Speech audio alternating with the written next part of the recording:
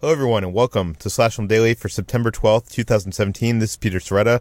Slash Film Daily is a podcast published every weekday on slashfilm.com. You can subscribe on iTunes and all the popular podcast apps. On today's show, we're going to be looking at its huge box office. Will Rian Johnson direct Star Wars Episode 9? Mouse Guard the movie. Wolverine and Swamp Thing co-creator Len Wein has died. And our first buzz from Aaron Sorkin's Molly's Game. In the mailbag, we'll be talking about our collections. Joining me today are Jacob Hall. Hello. And Slash Film writer Ben Pearson. Hey, what's up?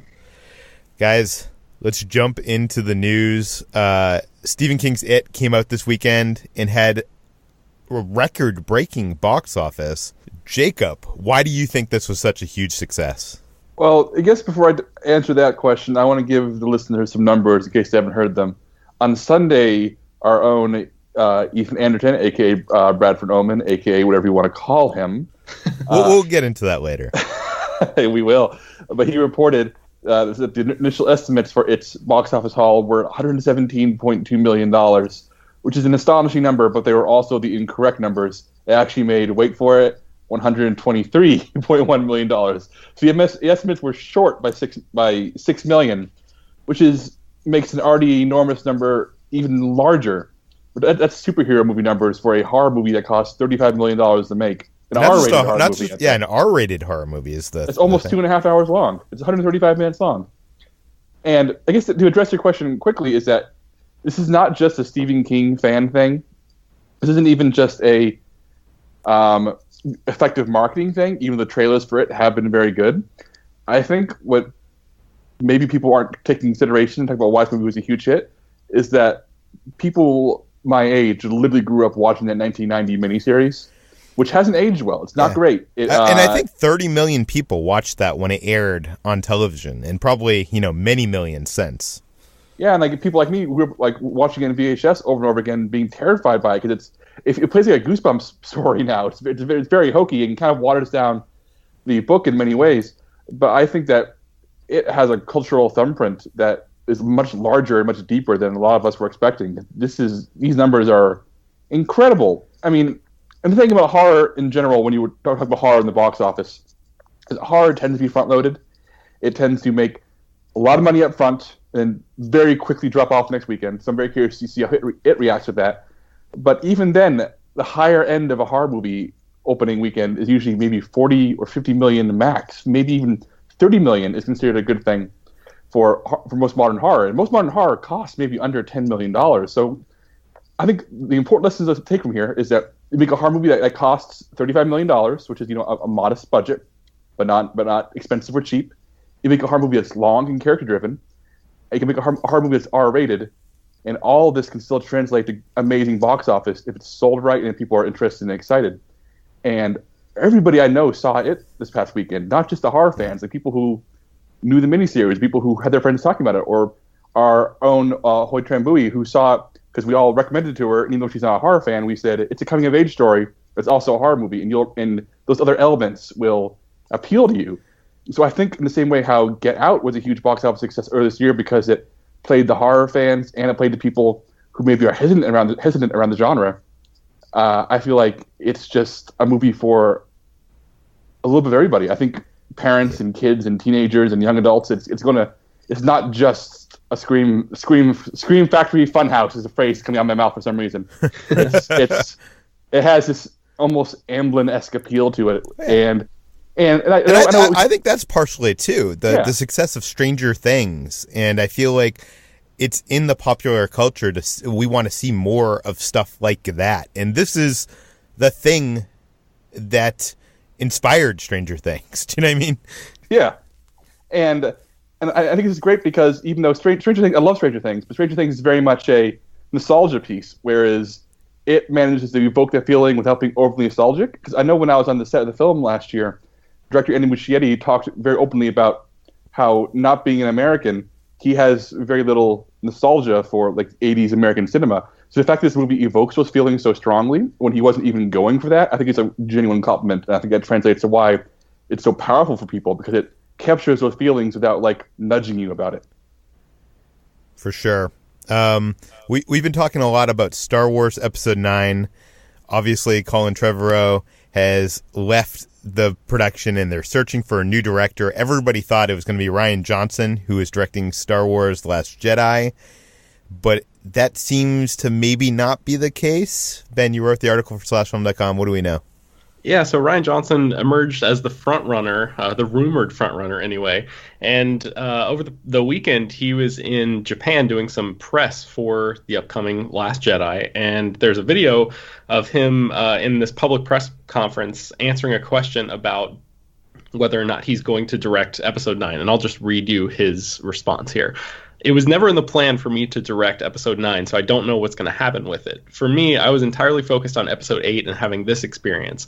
Now I'm just thinking about putting the movie out there and seeing how audiences respond to it. So no, I'm not really thinking about that right now. Whoever does it, I'm going to be really excited to be an audience member again, to sit down and see what the next filmmaker has to show us and where the story ends up going. It's so weird because the first half of that quotation sounds like he's not saying anything. He's not saying he's out of the running. Mm-hmm. I'm just concentrating on my movie. But then the second half kind of suggests that he's not going to be the filmmaker. He's going to be there watching it as an audience. Yeah, it does seem like that. I am not fully convinced that he won't ultimately end up doing it. I do think that maybe as of right this second, he's not signed to do it or anything like that. I'm sure there are conversations happening behind the scenes with him and Lucasfilm, because from all reports, everything that we've heard from the production of The Last Jedi, that production went really smoothly, and Rian Johnson has proven to be one of the few filmmakers who can work really, really well within the Lucasfilm framework. And I have to imagine that Kathleen Kennedy and her team would want him to come back. It's just a matter of whether or not he is ultimately going to, because obviously this is a massive undertaking. Jack Thorne was brought on to co-write the script for Episode 9 a little while ago, a few months ago, I think.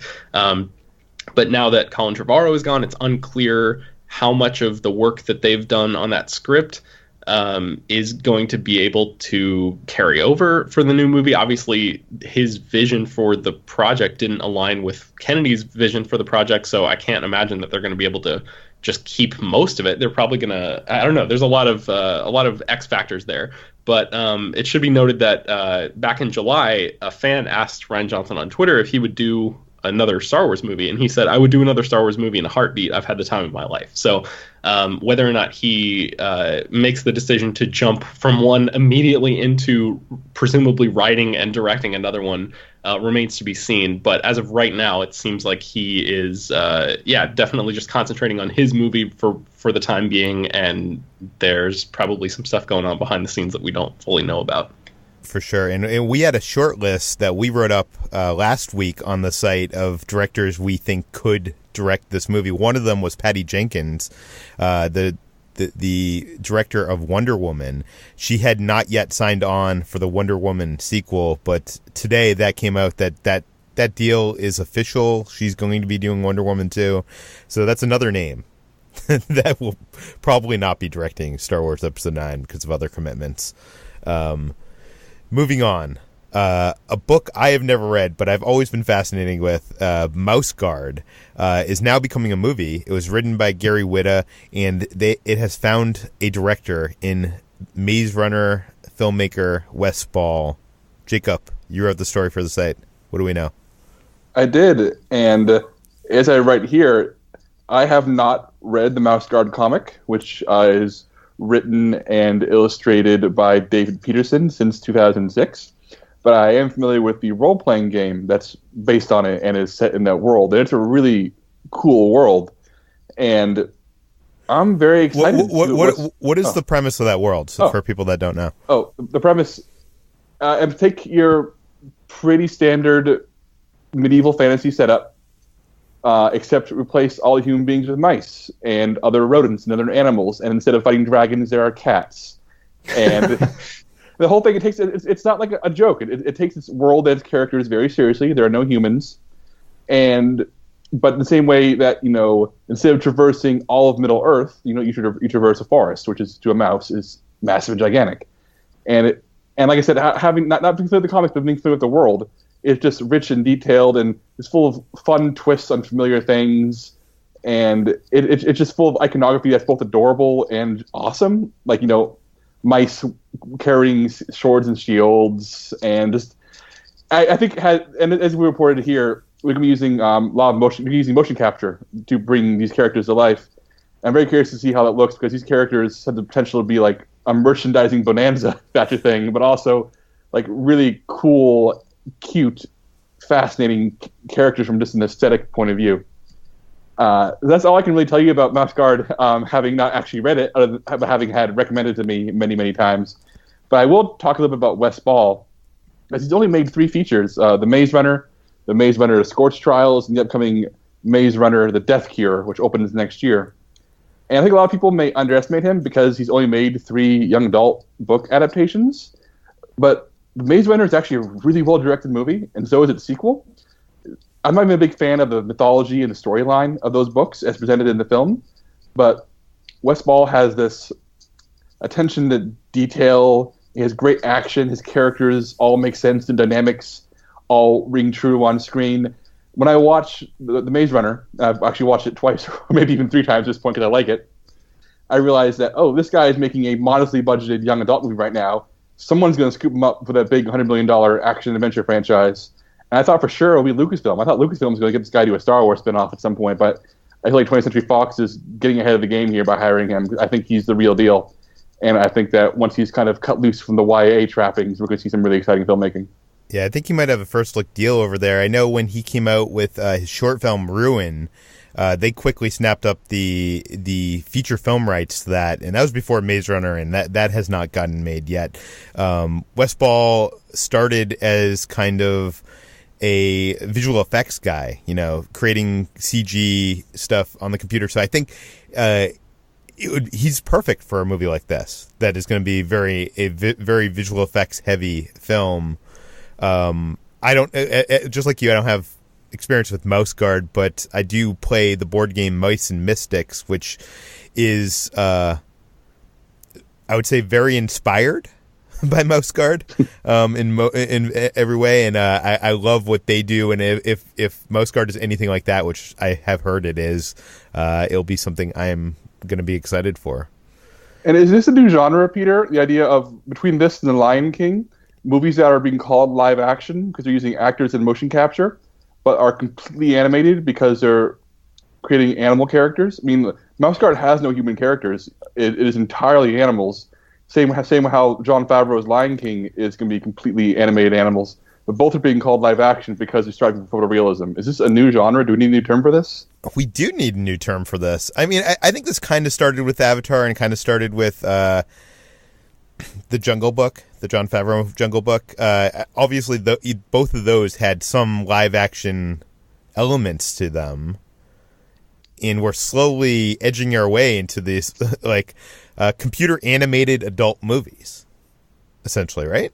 Yeah, it feels that way. I mean, I feel like they're afraid to say they're animated because they would lose adults who don't want to go see a cartoon. But these are animated movies through and through. Yeah. It'll be interesting to see. Also in the news, the passing of Len Wein, the co-creator of Wolverine and Swamp Thing. Ben, you wrote the article for Slash Film. What do we know? Yes, Wein was 69 years old. He passed away on Sunday. It's not clear exactly what he died from, but I just found out he underwent quintuple bypass heart surgery in 2015. So I'm guessing that might have something to do with it. It seems like a pretty intense procedure. Yeah, Len Wein, if you are not familiar with his name, he is one of those guys who has been around in the comics industry for a long, long time. He got his first script purchased from DC Comics when he was 20 years old and has basically been in the industry ever since. Co-creator of Wolverine and Swamp Thing and X-Men characters like Storm and Colossus and Nightcrawler. He co-created Lucius Fox for DC and Amanda Waller from Suicide Squad. So he's got a lot of major characters under his belt. He, in addition to, I actually started out wanting to be an artist, but transitioned into writing. And then in addition to writing for tons of comics, the Teen Titans and basically revitalizing the X-Men after that comic sort of laid dormant for a few years. He became an editor as well and famously edited Watchmen, which is one of the most famous comics ever.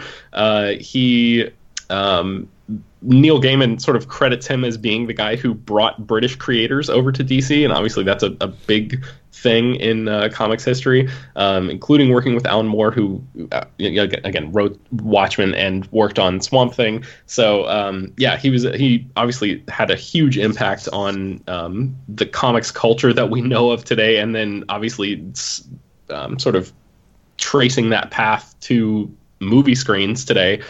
Things would look a lot different on our big screens right now if Len Wein's contributions were not there. For sure. I remember this year at Comic-Con wandering through the Artist Alley section where, tons of people lined up to get autographs and get sketches from all these artists, and seeing Len Wein there. It was actually very sad because he was there behind a table, and I think no one knew who he was, even though there was a banner behind him saying, the creator of Wolverine or whatever. But that's the last time I saw him. Jacob, you're a big comic book reader. Do you have any memories of Len's work? I just find I'm sad. Of course I'm sad. 69 is too young for anyone to die in the year 2017. And I feel like the comic book industry has a habit of chewing up and spitting out its creators. So I'm happy to see that the outpouring of love for him. And I know he was still doing work in his final years as well, which is very uncommon for people who worked at the time that he did. And Swamp Thing is my favorite comic book character of all time. And even though he evolved greatly after Wein was done with him into the character we kind of know today, I feel like a huge part of my life, my favorite superhero comic book of all time, my favorite comic book character of all time, this guy laid the roots for him, so to speak. And people love Wolverine and love the X-Men, but for me, he's always going to be the guy who co-created Swamp Thing, and that's really special to me. And it definitely, that feeling you get in your stomach where someone you don't know dies, but you don't know how to grieve because you don't know them. That's kind of what I'm feeling right now. I'm big. I can't tell you Len Wein's life story, but I can tell you that his work does resonate with me every single day. Yeah, and it is worth mentioning that both DC and Marvel have really nice tribute articles up on their sites right now devoted to Len Wein and his work. So you can go to those sites and check that out. Yes. Aaron Sorkin, a famous writer and screenwriter. He did A Few Good Men, The Social Network. He makes his directorial debut with a movie called Molly's Game, which just premiered at the Toronto International Film Festival. The first reviews have come out. Jacob, how is it? How is Molly's Game? Is it as good as his screenwriting work? Well, I'm going to paraphrase. Actually, I'll directly quote our own Chris Evangelista, who's been at Toronto for us this year, and offered this quote. Sorkin is a better writer than director. The first half of Molly's Game has considerable more energy than the second, to the point that it starts to feel like two different movies. Still, there's an air of excitement radiating off Molly's Game, and the film ends on a truly hopeful note that'll have you walking out of theater feeling like you ended a poker game with a royal flush. And that feels like a pretty good summation of the first wave of reviews, which are all positive. Some are mixed, but everybody seems to say, hey, this Aaron Sorkin guy, we all knew he was a great writer. We all knew he could put great dialogue into the mouths of great actors. But he also knows a thing or two about actually telling a story or making a movie. And the other reviews, you hear people say things like, maybe certain pacing could be off, or his camera isn't as maybe trained as you'd see from somebody who's made more features. But everybody seems really happy that Aaron Sorkin's direction is often as good as his dialogue, and that his filmmaking lets that dialogue sing. And of course, Jessica Chastain is getting rave reviews for her performance. She's a former Olympian who trades in the life of athletics to become a poker player. And I heard the book. Not just a poker player. She runs poker. This is based on a true story. She runs poker games for Hollywood celebrities, business tycoons, and high rollers. And I think this is based on a book, right? Yeah, it's a book. I've not read the book, which is why I'm happy you jumped in. All I know is that reviews are good. Chris liked it, and I tend to think If you've been reading our Toronto coverage, I feel like Chris tends to have a pretty level head when he reviews movies, especially at festivals.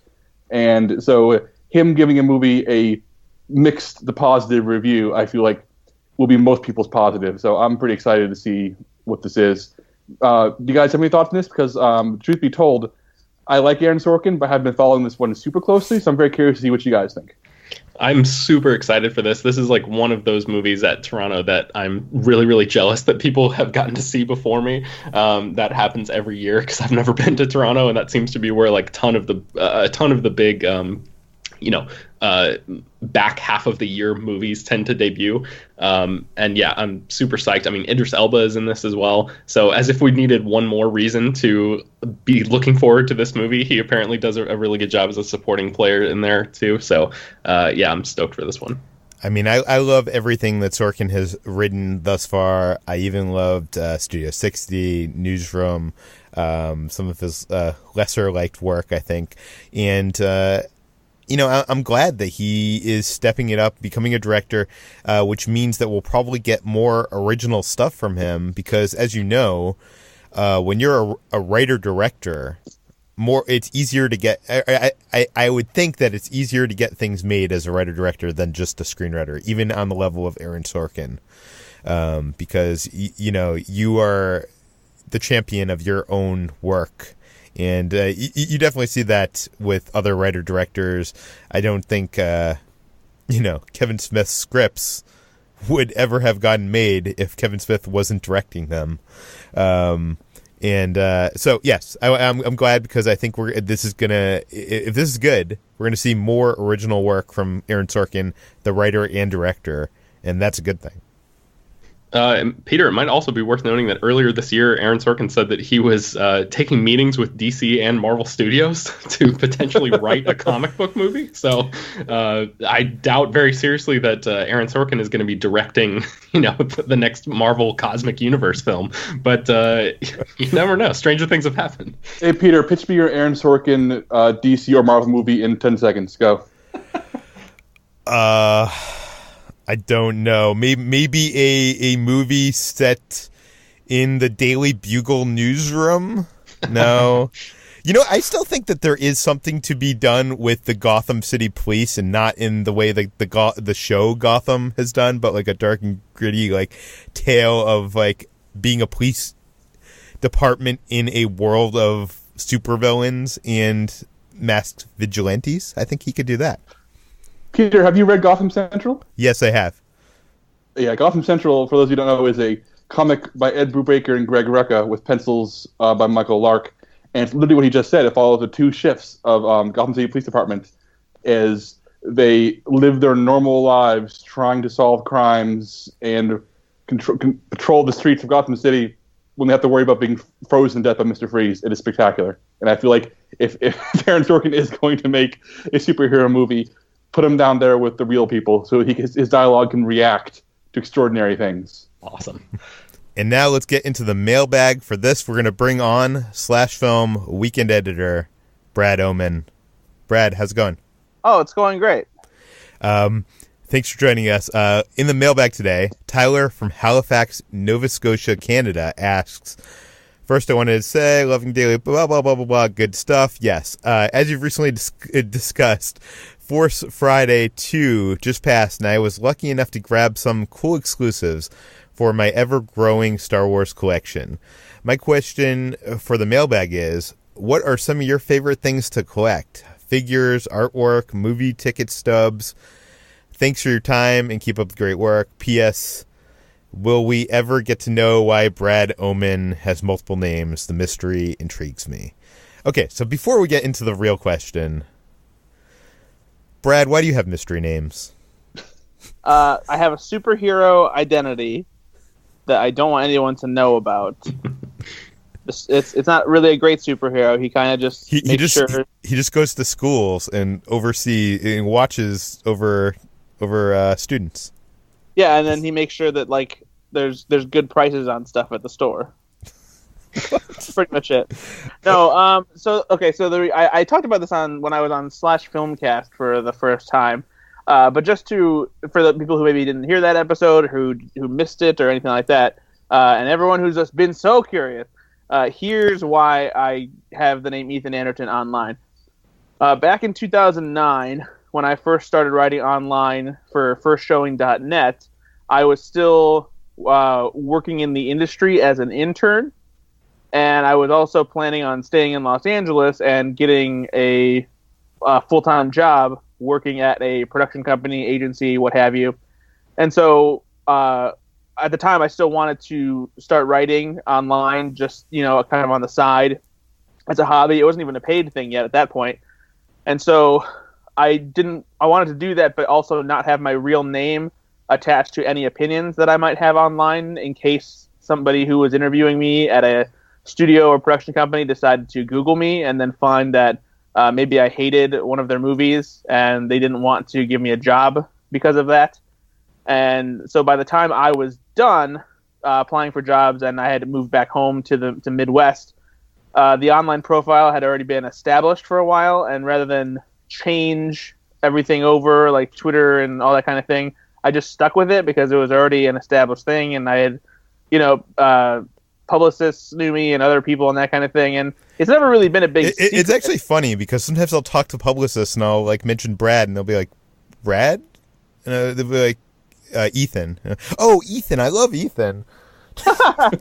Yeah, it's like some people still don't know, but it's not because it's a secret, because anytime I meet publicists that I haven't met or reporters that I haven't met, I tell them who I am, and they know that it's not my real name after that. So it's not an identity thing anymore. It's more of just now it's just an inconvenience to change it, and at this point it's a decent conversation starter, and it is what it is. Like, maybe I'll change it at some point, but it's then I have to change like my Twitter and send out like new contact information and blah blah blah blah blah. It's so if you ever end up doing that, you gotta write a post on /film titled "Why I'm Killing Ethan Anderton." I've murdered Ethan Anderton. Yes. Okay, let's get to the real question. That's collections. I'll start this off. I have a real problem with collecting. I have the collecting genes in my body. I used to collect mint on card figures, like the Marvel figures, and when Star Wars: The Phantom Menace came out, I had every single one of those figures, and I had like closets full of figures that were not being played, but just in their packages to collect, that never ended up being worth money.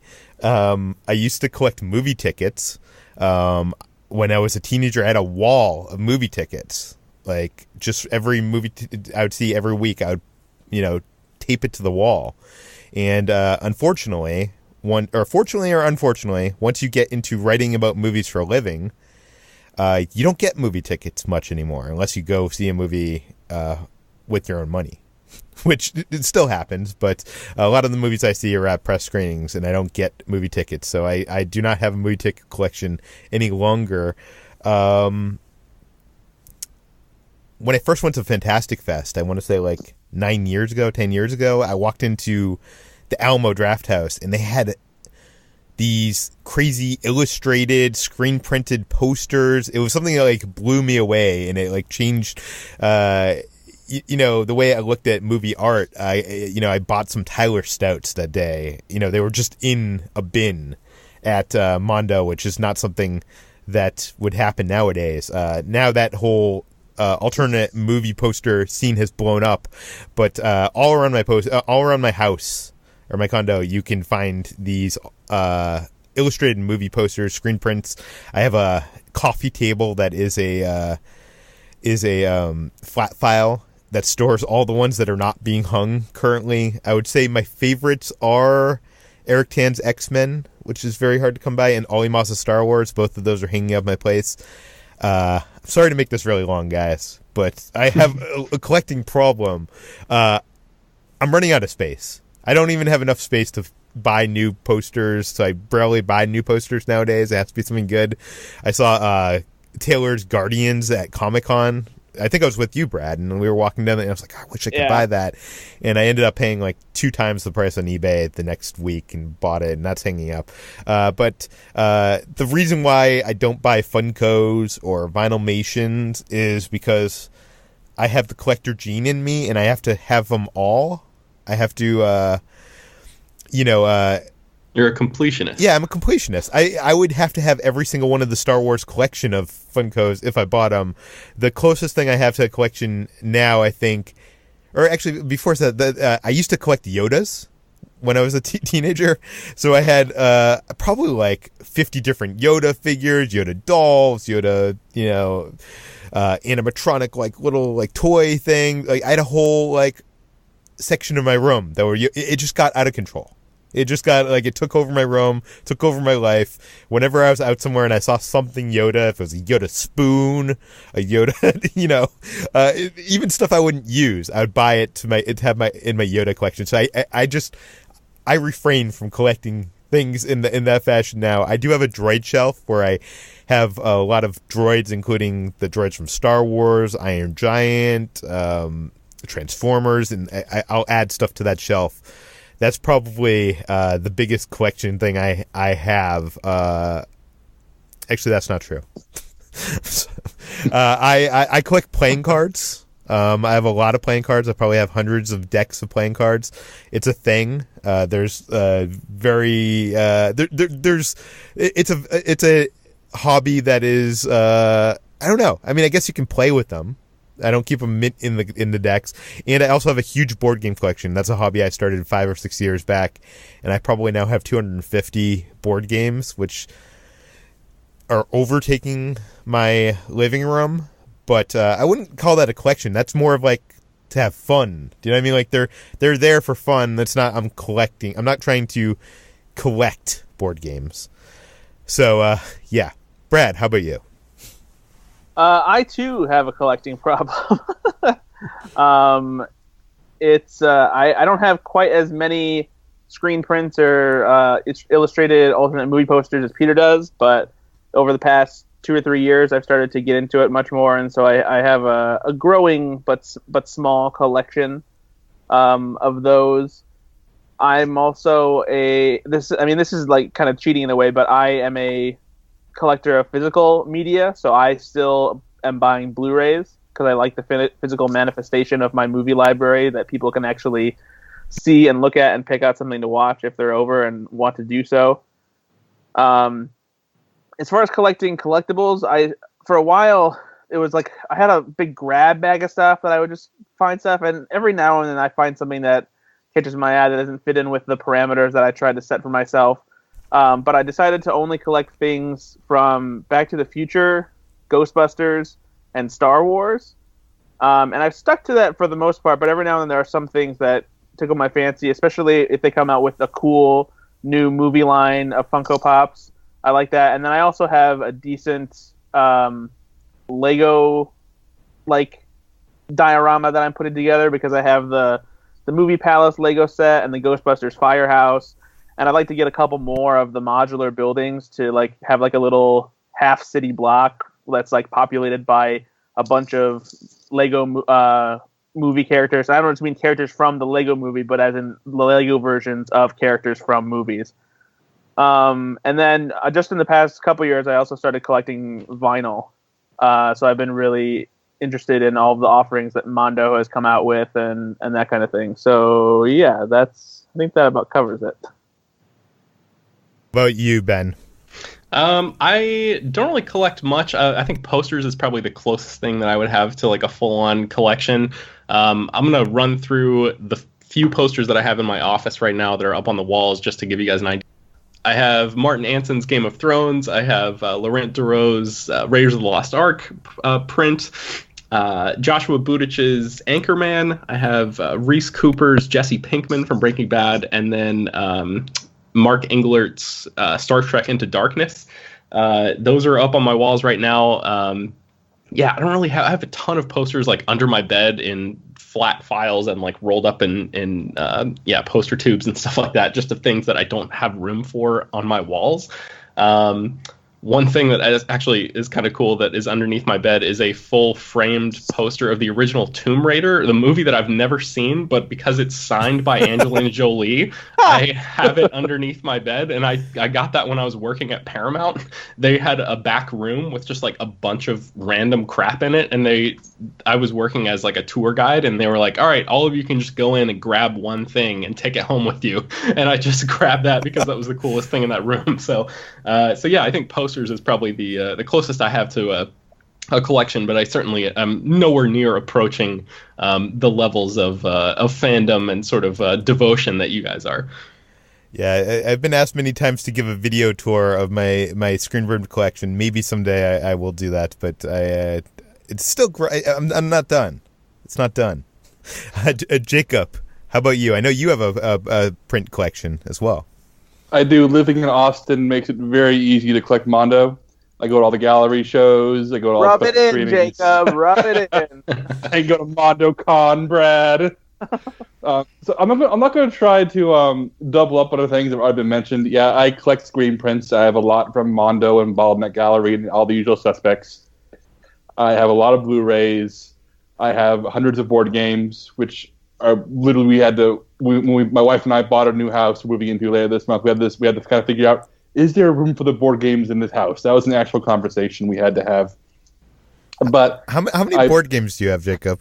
I'm just wondering. Over 300 now. I haven't done an actual count. I ran out of space in my shelves. The rest of them are currently stacked in a corner. We're buying new shelves for the new house, so I need to figure that out. But I buy comics every week, so I have a bunch of long boxes stored away in my closet. I one time said, I'm going to start buying the Game of Thrones Funko Pops. Then about maybe 40 or so Game of Thrones Funko Pops later, I realized that they're never going to stop. So I've stopped with those for now. And also books or comics collected. I tend to visit a lot of used bookstores in my free time. And as part of the current move, I have about 75 boxes worth of books packed up and ready for the movers. It's a problem. Honestly, the one thing I haven't... Hopefully they built a library for you in your new house that you're moving to. You said 75 boxes of books? Roughly, possibly more. Oh my god, that's a lot. It is a lot. And like I said, I love being surrounded by books. In my office where I work, I have bookshelves encircling me all around. And I love to be able to be surrounded by that. And a number of times where I'm writing an article, and I say, oh, that reminds me of something I should look up. I can literally go stand up, pull a book off my shelf, and find something I want to reference.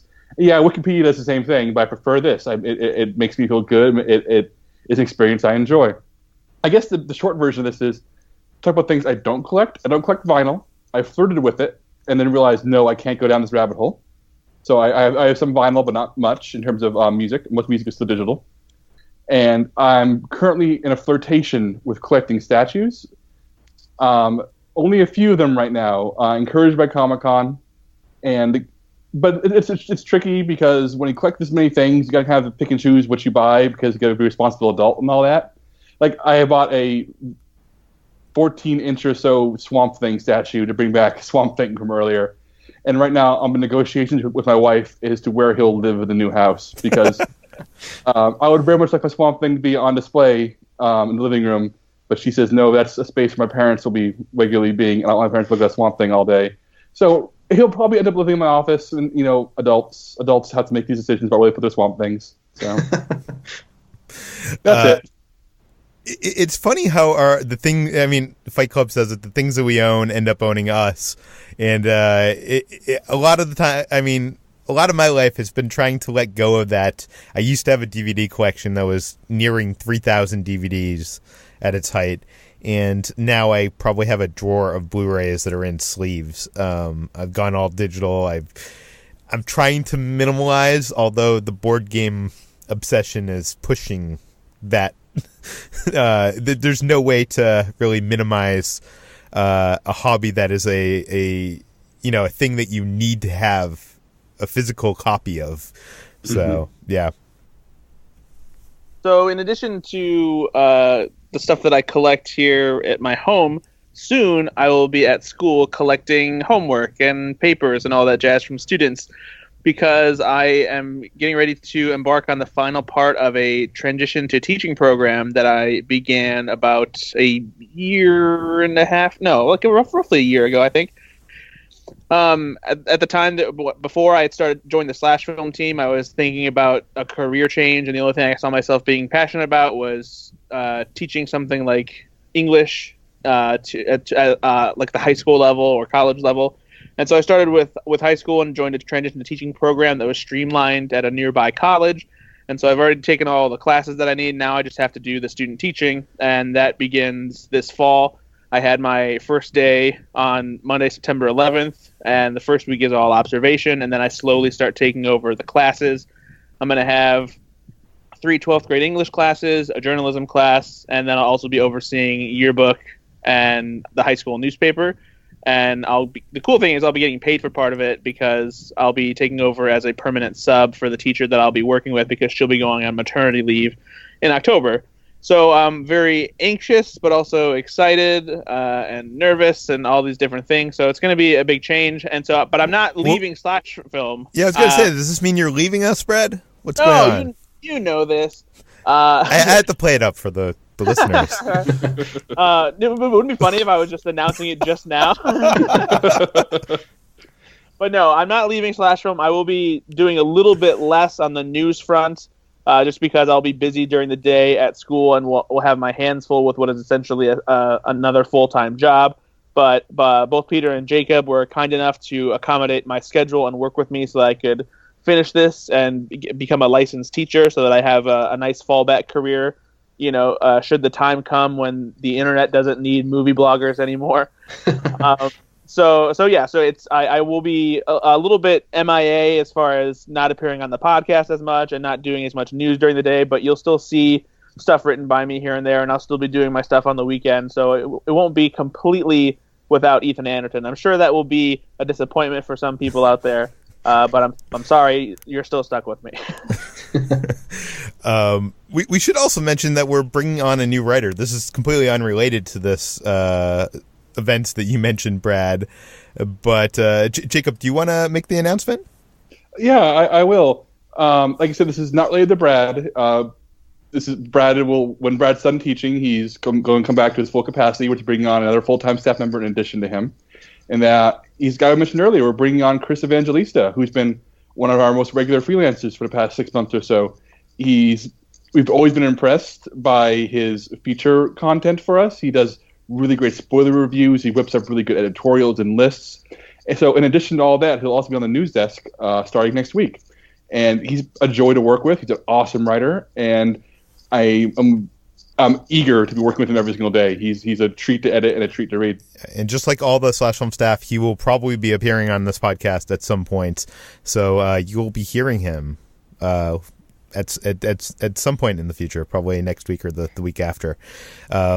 But that does it for today's edition of Slash Film Daily. To submit questions to the mailbag, send them to peter@slashfilm.com. Please mention your name and general geographic location in case we mention them on the air. You can find more of Ben at Ben Pears on Twitter, Jacob at Jacob S. Hall on Twitter. You can find Brad at Ethan_Anderton, and now you know the story on Twitter. Also, go fix yourself on iTunes. You can find me at /film on Twitter. You can find more of all the stories we mentioned on today's podcast at slashfilm.com. Slash Film Daily is published every weekday, bringing you the most exciting news from the world of movies and television, as well as deeper dives into the great features from slashfilm.com. You can subscribe on iTunes, Google Play, Overcast, all the popular podcast apps. Please rate and review this podcast on iTunes. Spread the word. Help us out.